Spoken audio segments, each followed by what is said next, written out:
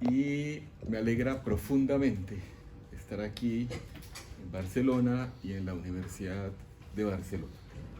Agradezco a la Asociación de Estudios Gramscianos de Cataluña, particularmente a Joan y a Fernando por la invitación, y a cada uno y a cada una de ustedes por estar acá. Me voy a dirigir en mi idioma castellano, colombiano, de manera que espero hacerme entender de la mejor manera. El idioma y los énfasis y los colombianismos propios de alguien que ha leído a Gabriel García Márquez y del cual, por supuesto, hemos aprendido muchas cosas. Así que bienvenidos, muchas gracias por estar acá. Bueno, el título de la ponencia, en efecto, es la política de Gramsci, Maquiavelo y el príncipe moderno. De cierta forma hay alguna relación con un trabajo doctoral que presenté hace varias semanas en la Universidad Nacional de Colombia, que me otorga la condición de doctor en historia, así que de cierta forma es parte también del ejercicio doctoral.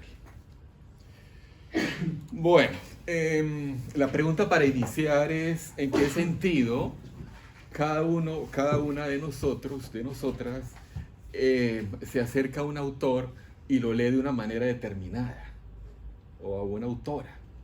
¿Desde qué enfoque ustedes, cada uno está leyendo un autor, una autora?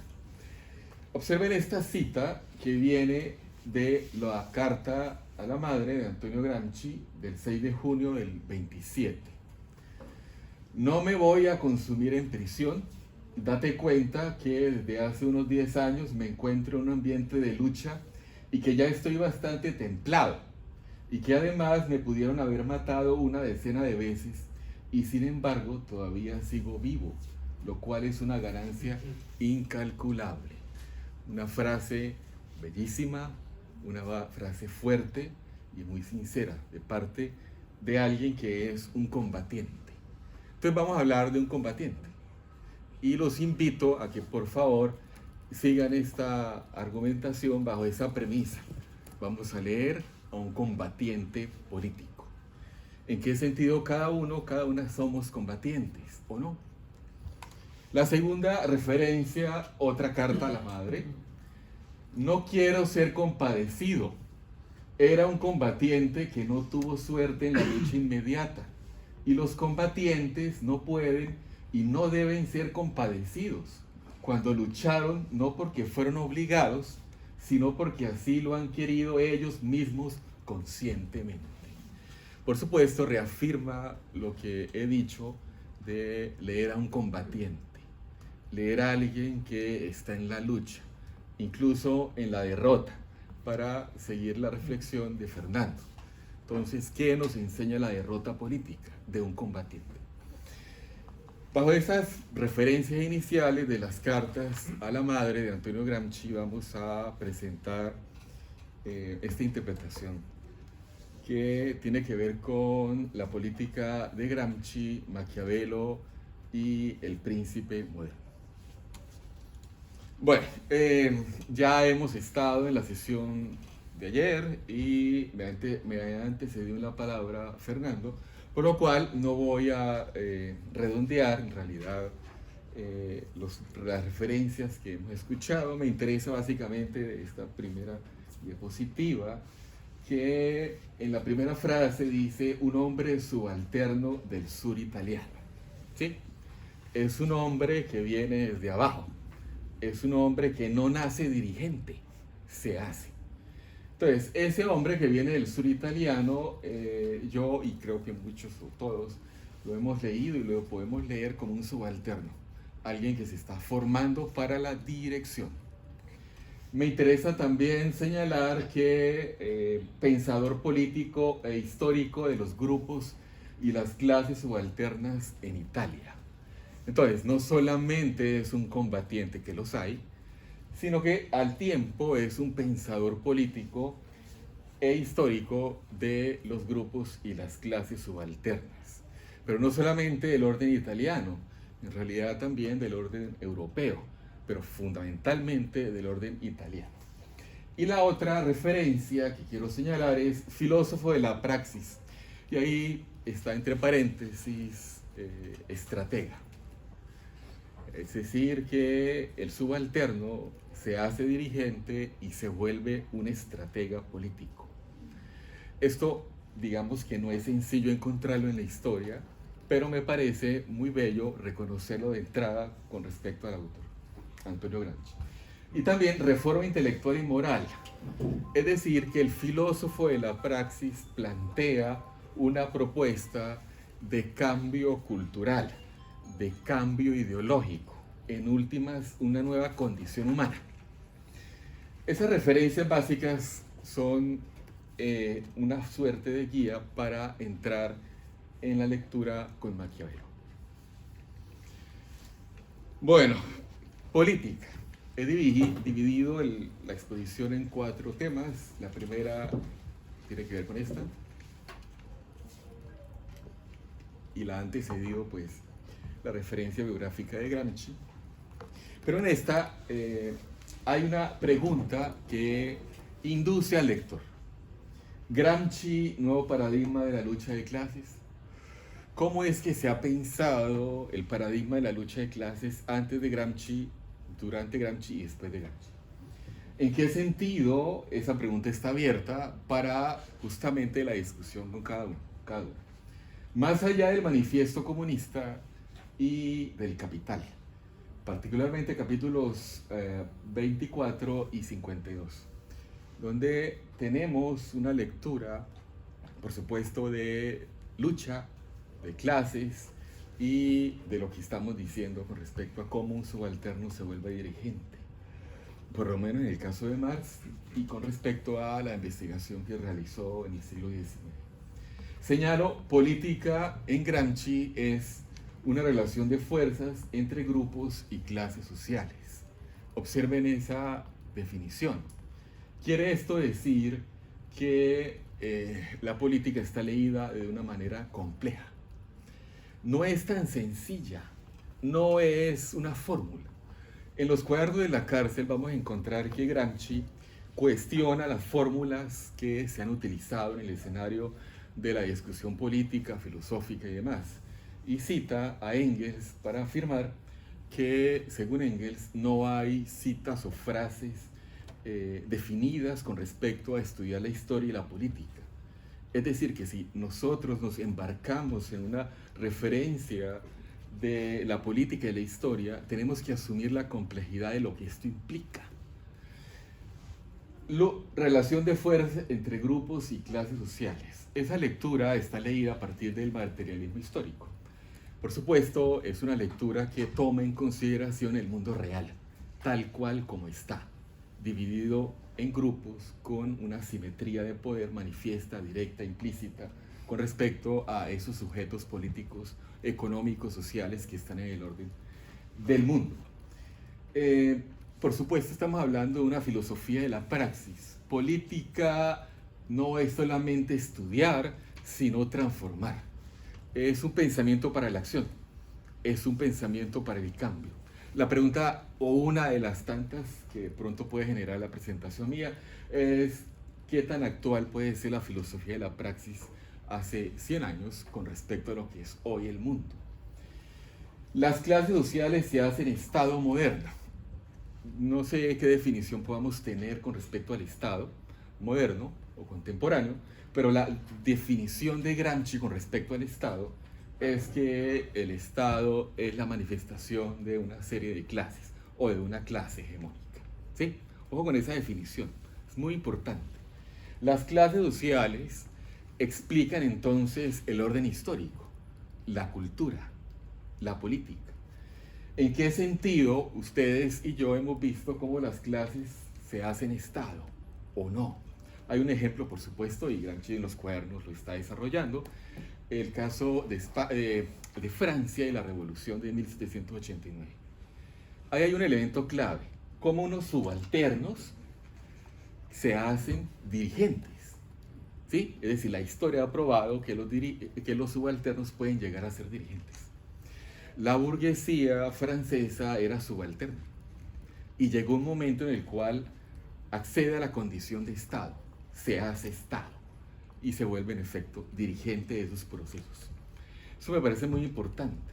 Ahora, esa experiencia de Francia en el siglo 1789 y la revolución que viene, ¿cómo es que podemos leerlo en el transcurso del siglo XIX y XX? Gramsci aprende la Revolución Francesa, entre otras referencias, pero particularmente esa es relevante. Hegemonía civil, dominación, dirección intelectual y moral. Por supuesto, una de las referencias claves de Gramsci es la hegemonía. Al comienzo del siglo XX se está definiendo, tal vez en algunos espacios políticos, en algunos espacios revolucionarios, que la política era básicamente dictadura. ¿Sí? Que cuando hablamos de poder, hablamos de dictadura. Gramsci complejiza esta definición. El poder no es solamente dictadura. Entonces, ahí el vínculo con respecto a lo que he dicho de la complejidad pues, aflora en todo su esplendor. ¿Qué significa que no es dictadura? Que implica la dirección. Implica la dirección es asumir que hay que partir de una condición de libertad relativa en los grupos, en las clases, en las masas. Dirigirlos. A un esclavo no se le puede dirigir porque pues, es un esclavo. Pero a un hombre, a una mujer moderno o del siglo XX hay que dirigirlo, interpelarlo, conducirlo. Pero no es conducir solamente a uno, son millones. Entonces, observen la dimensión. ¿Cómo yo dirijo 5 millones de personas, 10 millones de personas? Si soy un estratega, si soy un dirigente, ¿cómo voy a dirigir 20 millones de personas, 100 millones de personas, 1000 millones de personas? La dimensión es asombrosa. Señalo, Maquiavelo, Marx y Lenin. Pues la exposición mía se focaliza en Maquiavelo, pero Marx y Lenin son claves. Rápidamente señalo, tiene que ver con cómo ellos definen también la política. Y en efecto, lo que va a decir Gramsci es que la hegemonía civil es esa lectura de dirección por un tiempo de grupos aliados y clases aliadas con respecto a también la dominación de grupos antagónicos, porque en efecto la dominación no se pierde. Tal vez entendemos que política solamente puede ser dirección, pero resulta que no. La dominación no se pierde. En Gramsci ocupa un espacio particular. En una sociedad dividida en clases, las clases antagónicas, por supuesto, y los grupos antagónicos pueden actuar de una manera, incluso violenta. Entonces, tanto en Maquiavelo, Marx y Lenin lo que encontramos es, y lo dice Gramsci, in nuce, es decir, como germen, la hegemonía civil. No solamente la dominación, sino la dirección. Es decir, la hegemonía civil, aquella que conduce a las amplias masas para justamente su dirección y su organización política. Bloque histórico, otra definición importante. Aquí el bloque histórico es esa unidad entre la estructura económica y las superestructuras complejas, así las llaman. Y observen la palabra, complejas. La palabra complejas quiere decir relacionales. Bueno, superestructuras quiere decir sociedad política, sociedad civil. Ese vínculo entre superestructuras complejas, leída a partir de la sociedad política, sociedad civil, es clave para entender cómo es que el poder en Gramsci se va multiplicando y se va perfilando de una manera que no estaba ni siquiera propiamente hablando en Marx. Porque para Marx, por ejemplo, la sociedad civil era el espacio económico, pero para Gramsci la sociedad civil es el espacio de la disputa por la hegemonía civil. Es ese lugar en el cual se interactúa de forma privada y donde se organiza la dirección intelectual y moral. Maquiavelo. Específicamente en los cuadernos de la cárcel hay una referencia a Maquiavelo, cuaderno 13 y cuaderno 18, que son cuadernos especiales, siguiendo también la presentación de Fernando. En esos cuadernos especiales, que es la última parte de la vida de Gramsci en la cárcel, hay una referencia profunda a Maquiavelo. Ubiquémonos en términos de por qué hace 100 años alguien en Italia y en las cárceles fascistas va a leer a Maquiavelo. cuando tenía 400 años de cierta forma olvido, y más en el escenario de la izquierda. Tal vez leemos a Maquiavelo como un consejero de príncipes, como alguien inmoral, como alguien que no nos puede enseñar nada, porque finalmente era un adicto, digamos, a los principados. En realidad esa lectura no la tiene Gramsci. Gramsci tiene una lectura en la cual Maquiavelo nos enseña de política. Maquiavelo es un intelectual orgánico. Bueno, entonces pasamos a Maquiavelo. Maquiavelo es un pensador político del Renacimiento italiano. Este pensador político tiene una radicalidad en términos de su producción, es prolífico en cuanto a su escritura. Por supuesto, El Príncipe es el libro más conocido, más leído, pero Gramsci no se detiene solamente en El Príncipe, aunque es importante. Le interesa leer a Maquiavelo como un intelectual orgánico. Escuchen esto.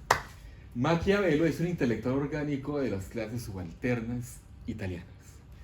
No solamente de Florencia, sino de Italia.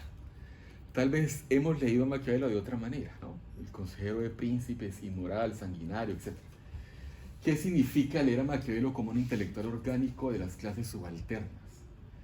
Que este hombre está en un proceso donde se ubica la crisis. Él está situado en la crisis. Marx en su momento está situado en la crisis, Lenin está situado en la crisis y Gramsci también. ¿Cuál crisis? El tránsito de un orden a otro. ¿Sí? El momento coyuntural, orgánico, en últimas, clave. Maquiavelo está en el tránsito del republicanismo corporativo, que no pudo organizar, ¿no?, un Estado nacional italiano, frente a una posible monarquía absoluta, como una suerte de reinado popular. Otra referencia que pronto tenemos es que las monarquías absolutas eran antipopulares. Pues en Maquiavelo hay una lectura de monarquía absoluta como un reinado popular. Entonces, ¿cómo las masas entran en la política? ¿Cómo es que esa unidad de lo nacional popular le da una representación al Estado-nación italiano? Por lo menos en términos del interés de Maquiavelo. Por supuesto, no se consiguió. Italia es Estado hasta finales del siglo XIX.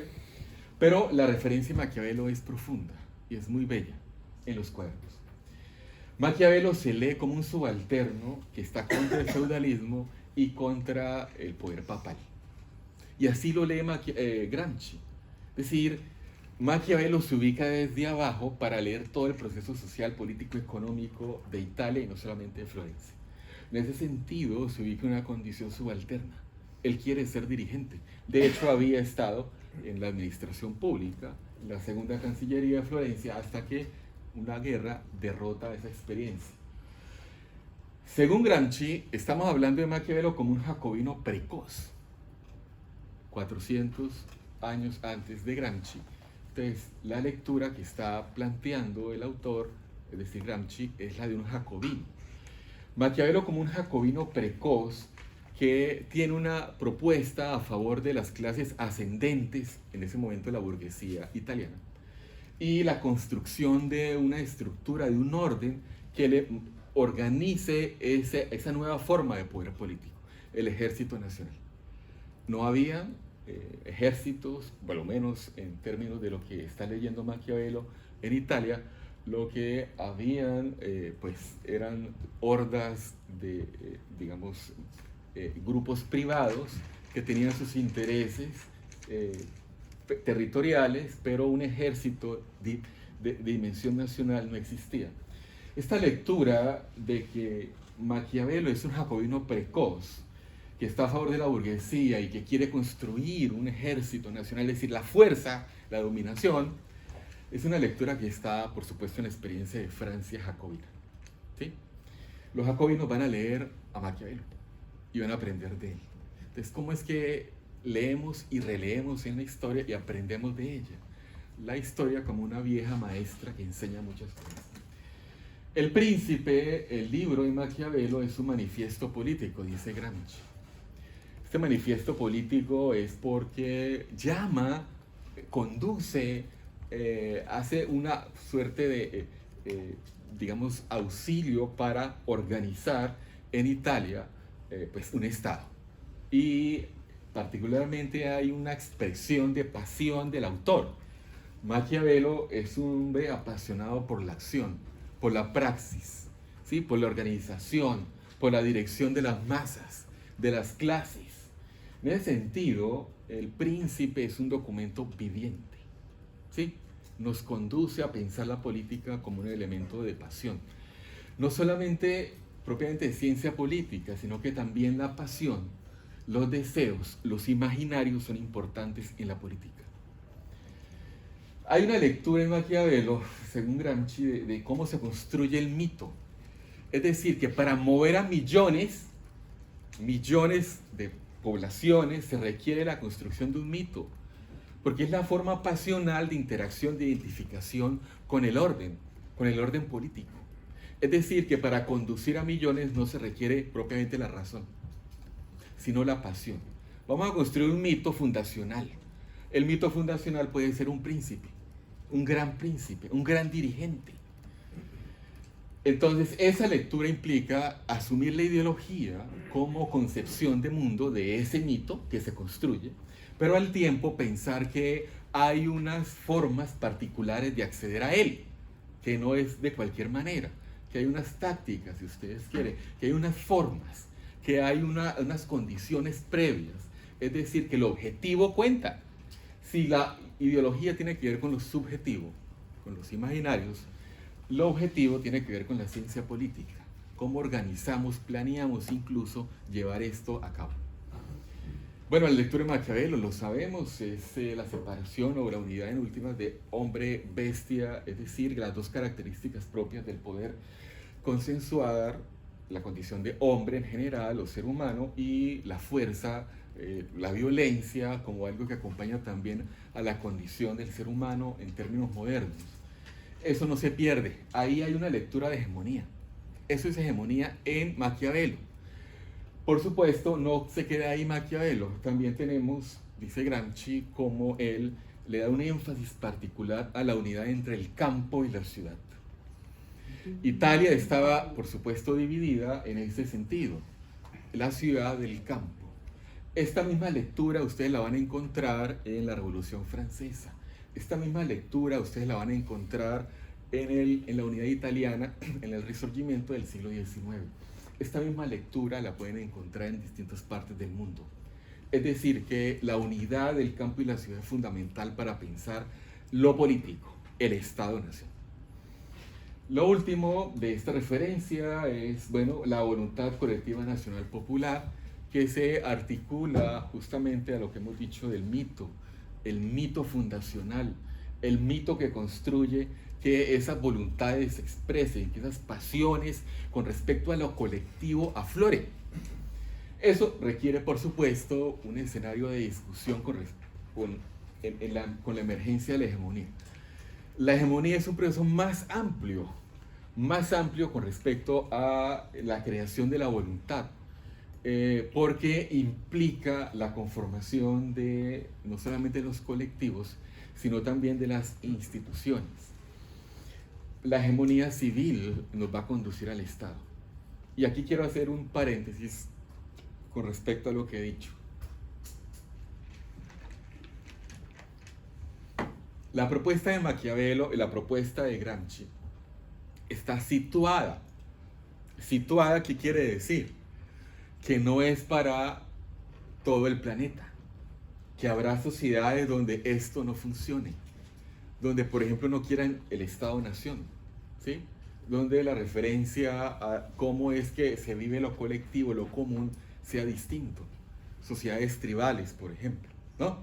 En la India, en la China, posiblemente esto no funciona. Esta es una lectura de Occidente. Esta es una lectura justamente para Europa, para América en general, pero habrán dimensiones geográficas donde esto no cuadre, ¿de acuerdo? Entonces ahí un poco para el debate de hasta dónde Gramsci es universal o no, hay que situarlo. Y vamos con la siguiente referencia. Bueno, ahí Joan al día de ayer también planteaba el tema de la traducibilidad. Voy a retomar esa referencia. La traducibilidad es la forma que encuentra Gramsci para aprender, para atrapar las experiencias de la producción intelectual en distintas partes del mundo, particularmente de Europa, para saberla utilizar en el escenario político, en el escenario histórico, en el escenario cultural. ¿Qué nos puede enseñar Francia y su revolución de 1789 con respecto a lo que es el siglo XX, comienzos en Italia? ¿Qué lenguajes, qué saberes de ellos que aprendieron, que produjeron en sus momentos históricos nos sirven a nosotros?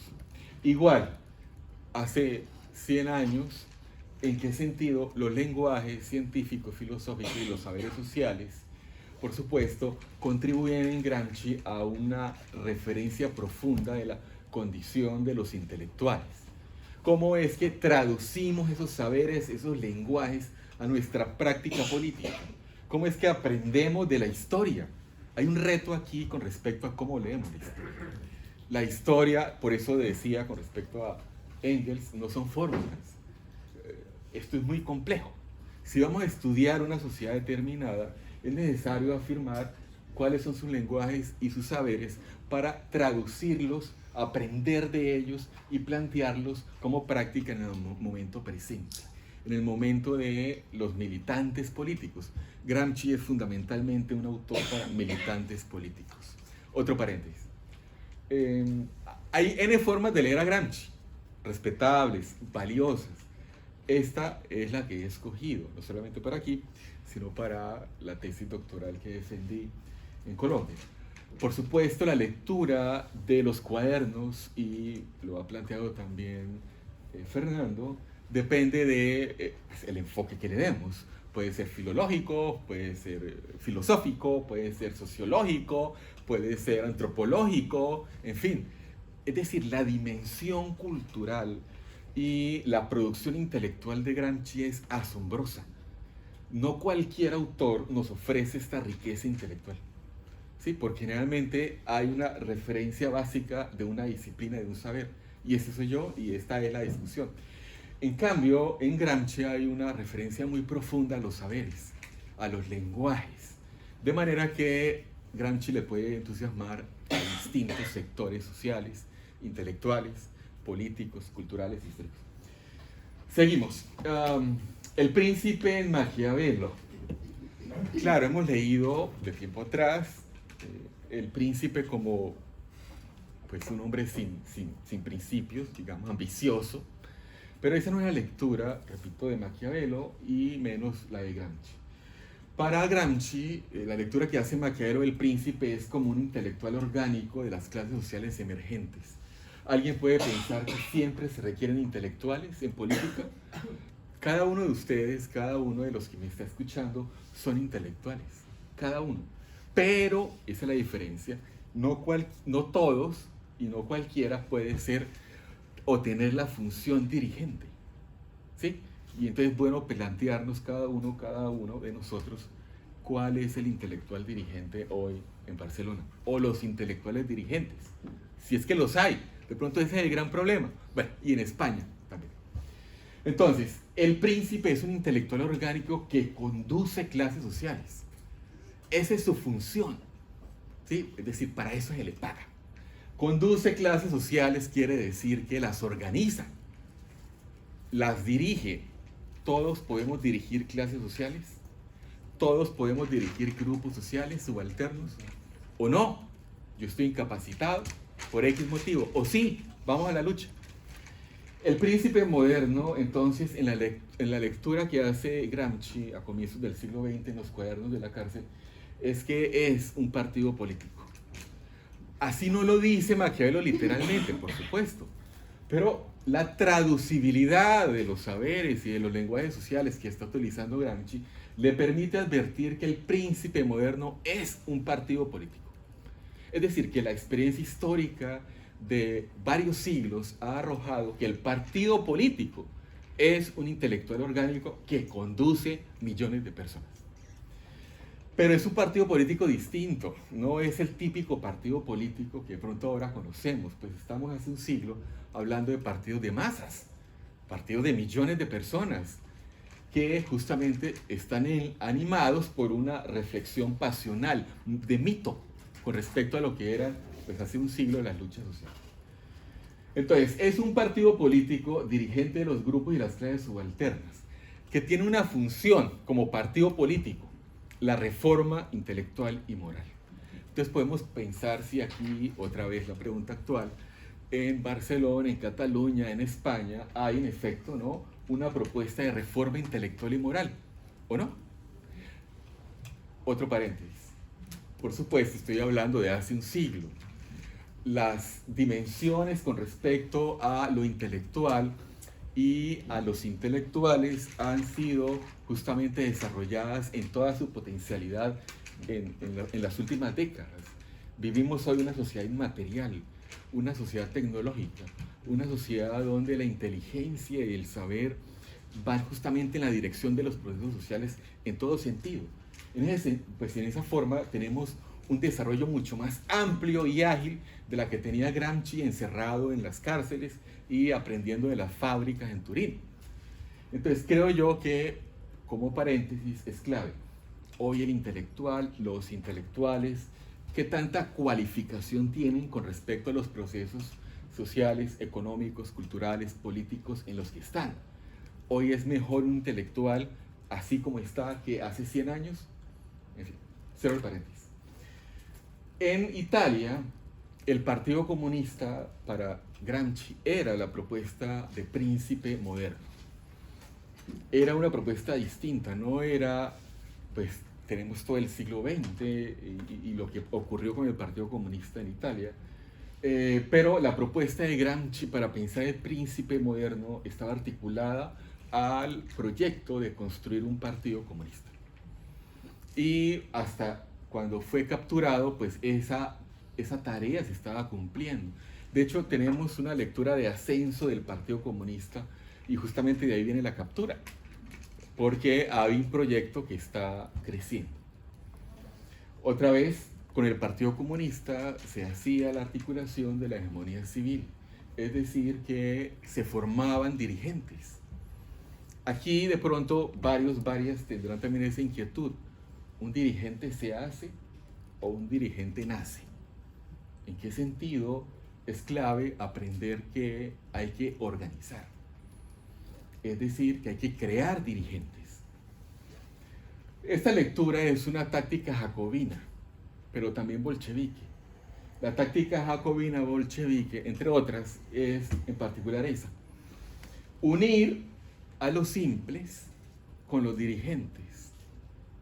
Tal vez hace un siglo igual, los simples, es decir, aquellos que no tienen la función de dirigentes, eran, digamos, más precarios en el ámbito intelectual, porque era una sociedad fabril. Pero en el siglo XXI estamos en una sociedad post-fordista, inmaterial, por lo menos en términos de su hegemonía intelectual, y pareciera que los simples son más ricos intelectualmente que hace 100 años. Esto que se llama pulgares inteligentes, que es que nuestros pulgares, en efecto, hay una inteligencia para, pues, tener, digamos, esta dimensión, cosa que hace un siglo de pronto espantaría a más de uno. Pero ese desarrollo tecnológico científico es clave para asumir en qué sentido la dimensión de los simples se ha cualificado. Cualquiera tiene un ordenador, cualquiera tiene un móvil, cualquiera puede conectarse al mundo, cualquiera en últimas tiene un poder especial con respecto a la tecnología y al saber. Y lo último, hay una guerra de posiciones que debe ser librado por el príncipe moderno, por el partido político, en ese sentido por el Partido Comunista en Italia. Cuando hablo aquí de guerra de posiciones, no me refiero a violencia. La palabra guerra puede ser, guerra de posiciones es una lectura que trae Gramsci de los escenarios de la confrontación bélica, armada. Así como hay guerra de movimientos o guerra de posiciones, bueno, es decir, son lenguajes que él va atrapando de los distintos saberes para pensar la situación política del momento que él está viviendo en la cárcel. Y para, como lo he dicho, reconsiderar toda una construcción de la lucha de clases. Entonces, la guerra de posiciones es una guerra que se libra en el espacio de la sociedad civil, en el espacio donde se tiene que disputar el sentido común subalterno. Ese sentido común subalterno que hace que los subalternos sean subalternos y nunca piensen o piensen de una manera distinta con respecto a dirigir procesos sociales, es decir, ganar autonomía. Porque un subalterno es subalterno, porque no ha ganado autonomía, porque no ha ganado conciencia política. Y sobre esto, algo muy importante. Gramsci dice en los Cuadernos de la Cárcel que la conciencia más elaborada que podemos tener es la conciencia política.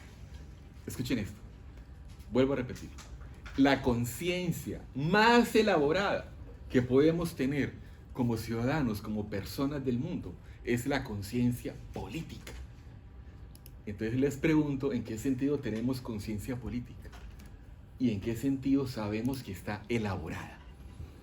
Es decir, que en efecto nos situamos en un escenario de relación de fuerzas y a partir de ahí leemos el mundo. Nuestro mundo individual y colectivo y el mundo en el cual, pues, evidentemente es más amplio, pero que también implica, ¿no?, una serie de relaciones de fuerzas. Situar la modificación del sentido común subalterno es una de las funciones de Gramsci para justamente esos conglomerados sociales que no han ganado autonomía. Entonces podemos pensar en qué sentido en Cataluña, en qué sentido en España, en qué sentido en Europa esta modificación del sentido común subalterno está pendiente. O no, ya se hizo. O no, ha adquirido nuevas formas. Por supuesto, esto implicará un ejercicio práctico de investigación, pero creo yo que es clave para pensar el nivel de desarrollo político que tenemos. ¿Cuál es el grado de conciencia política que tienen los grupos y las clases subalternas? Esa es una pregunta, me parece importante, para pensar la validación y actualización de Maquiavelo y también de Gramsci, bajo la premisa, dice Gramsci, de pensar un intelectual orgánico. Un intelectual orgánico que organice y que dirija. Y termino con esto. Y les doy la palabra, por supuesto, comentarios, críticas, propuestas, arengas y demás.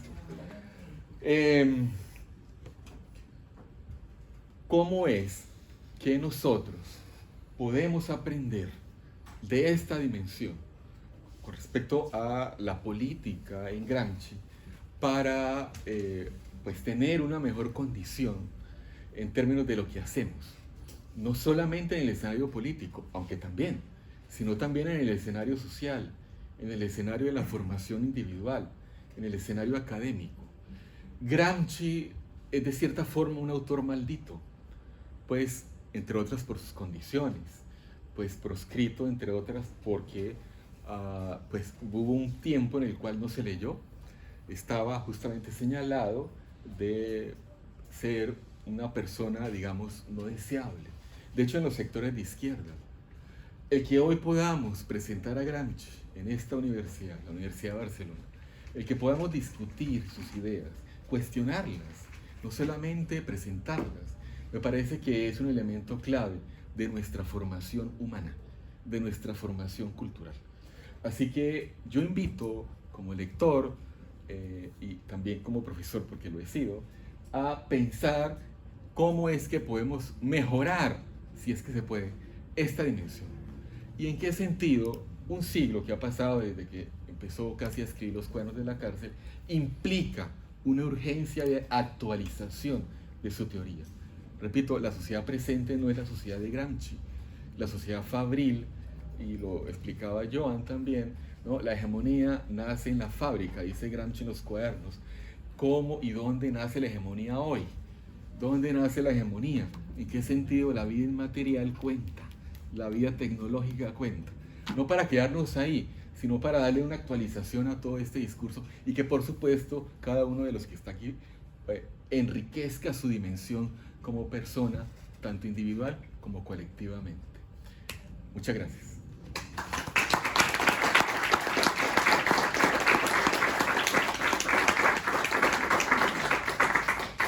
Preguntas, comentarios, por favor. Juan Carlos, antes todo, obviamente te hablo en español, Vale.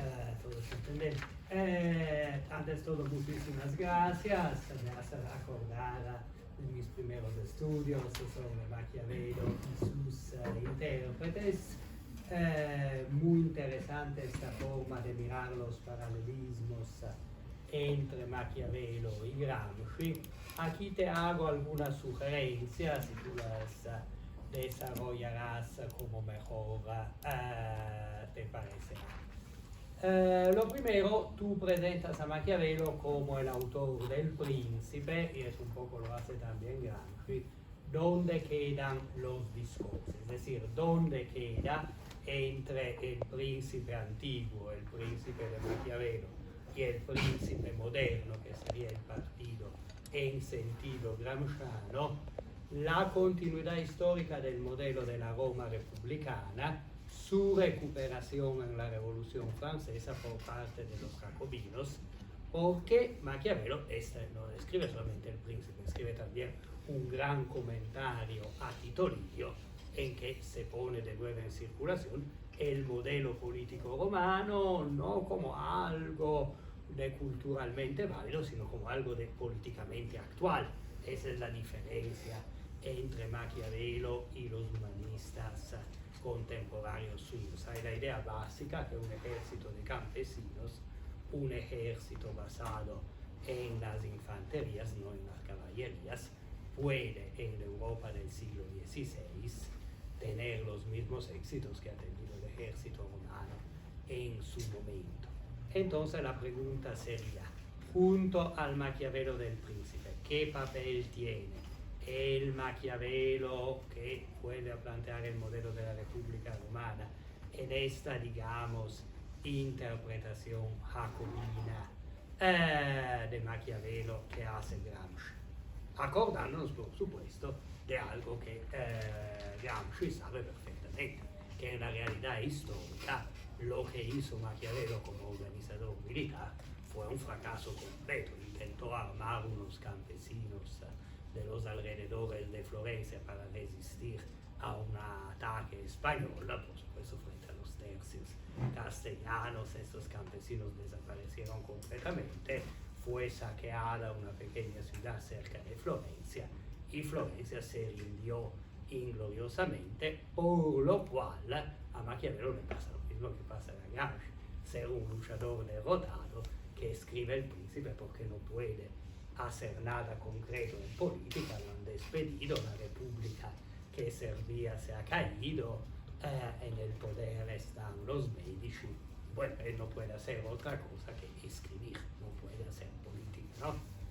Hay también esta identificación. También te iba a preguntar, ¿cómo ves la relación entre el problema de Maquiavelo y el problema del Risorgimento en el pensamiento de Gramsci? Es decir, de qué manera el maquiavelismo, esta idea de una especie de monarquía basada en el pueblo, completa la carencia de un proceso de unificación nacional que ha sido sumamente elitista, oligárquico en la interpretación de Gramsci, que no ha superado la división entre la ciudad y el campo, es decir, no ha superado este atraso económico corporativo, dice Gramsci, de la sociedad italiana, es decir, básicamente una sociedad donde la hegemonía es de las aristocracias urbanas de procedencia burguesa y mercantil. Los atrasos de una burguesía que se ha vuelto patricia, oligárquica y que por eso no es capaz de manejar los procesos de la modernidad. Entonces, relación entre el papel de Maquiavelo y la interpretación del Risorgimento, el proceso de unificación italiana en el pensamiento de Gramsci. Te preguntaría también, cuando hablas de la transición de cómo el subalterno puede volverse dirigente, ¿no? ¿Qué papel desempeña en eso la sociología de las élites de Vilfredo Pareto y de Roberto Michels, ¿no? Pues esa era concebida como un argumento antisocialista, era la descripción de la sociología de los partidos socialistas como una formación de élites. Al final lo único a que había servido el movimiento socialista había sido la formación de unas élites, unas burocracias de partido que manipulaban las masas a su antojo. ¿Y de qué forma Gramsci se encuentra entonces frente a la necesidad de legitimar el papel dirigencial en el movimiento social, en el movimiento socialista, frente a una doble crítica, ¿no? Una crítica conservadora y una crítica ácrata, anarquista, pero que convergen en este motivo fundamental? Cualquier esfuerzo de liberación y de emancipación de las masas se traduce en la formación de nuevas élites y por lo tanto no en un empoderamiento, sino en una nueva forma de servidumbre de las masas populares tratadas como herramientas. La última pregunta tiene un poco que ver también con algo que nos comentó Fernando. El interés en la cultura argentina inmediatamente antes de la dictadura militar para Gramsci, ¿no? El hecho de que antologías gramscianas, si me acuerdo bien, Fernando, se publican en Argentina entre 76 y 77, y el papel de José Luis Romero, un historiador argentino que escribe un libro sobre Maquiavelo, historiador, pero que al mismo tiempo tiene una trilogía de historia social, Crisis y orden en el mundo feudo-burgués. Es todo, digamos, una síntesis de historia de la Europa medieval y moderna desde el punto de vista del marxismo crítico, que emplea muchas categorías gramscianas. Entonces me gustaría que tú me hablaras un poco de cómo el interés para Gramsci, el interés para Romero se fusionan en este marxismo crítico argentino de los años 70, ¿no? Con José Luis Romero, que recuerdo sobre todo es conocido por su libro sobre Latinoamérica, las ciudades y las ideas, ¿no? Es decir, un intento de fusionar historia social e historia de los intelectuales en el contexto latinoamericano, que también podemos decir es una exigencia gramsciana.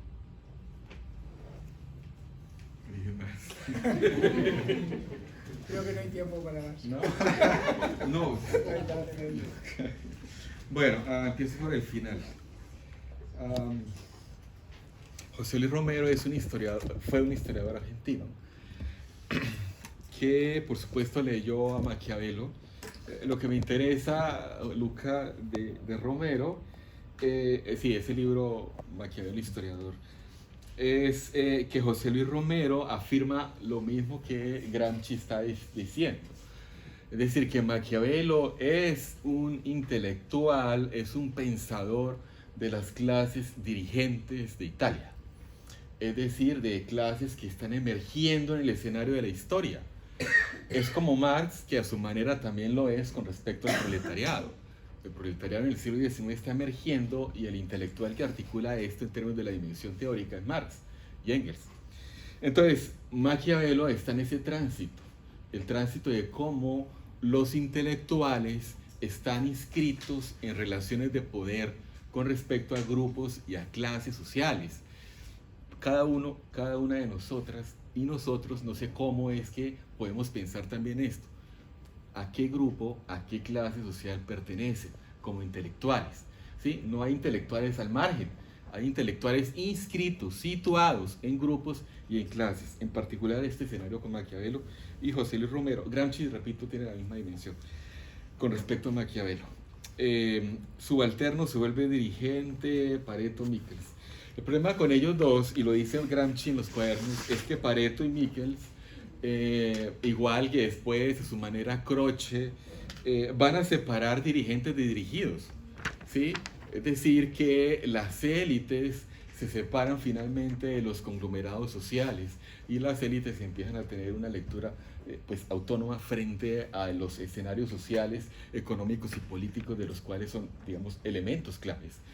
En ese sentido, hay una lectura distinta que plantea Gramsci. ¿Podemos separarnos de nuestros grupos y de nuestras clases sociales? Es una pregunta también para todos, para todas. Maquiavelo y el Risorgimento. Pues la unidad del Estado italiano no se logra con el Risorgimento. Digamos que la lectura de Maquiavelo es precaria en términos de los dirigentes políticos que en el siglo XIX están articulando la unidad. No se aprende la experiencia de Maquiavelo ni de las comunas medievales, de manera que Italia no logra tener una identidad como nación, no logra tener, digamos, finalmente, pues, dirigentes políticos, intelectuales orgánicos. Todo eso va hasta el siglo XX con Mussolini y las consecuencias propias de esa falta de unidad política, entre otras, llevan a Gramsci a la cárcel, porque él está embarcado en las luchas sociales y políticas y justamente pues, es su dirigente más representativo. Y lo último, ya para irnos y agradecer. Discursos. Lo que pasa es que Discursos sobre la primera década de Tito Livio es un texto que no es como El Príncipe en términos pasionales y de referencias míticas.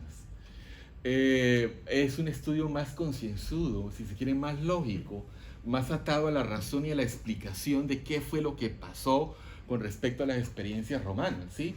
Y particularmente hay algo que interesa acá y es la multitud en la historia de la historia romana y cómo es que Gramsci le da una cierta identificación social y política a esa emergencia de ese grupo social subalterno. El Príncipe es un libro de pasión, es un libro para politizarse, es un libro para acción. El capítulo 26 es un capítulo en el cual Gramsci llama a sacar a los bárbaros de España. Digo, Maquiavelo llama a sacar a los bárbaros de España, capítulo 26. Eso, de cierta forma, es lo que podemos leer incluso en los cuadernos de la cárcel.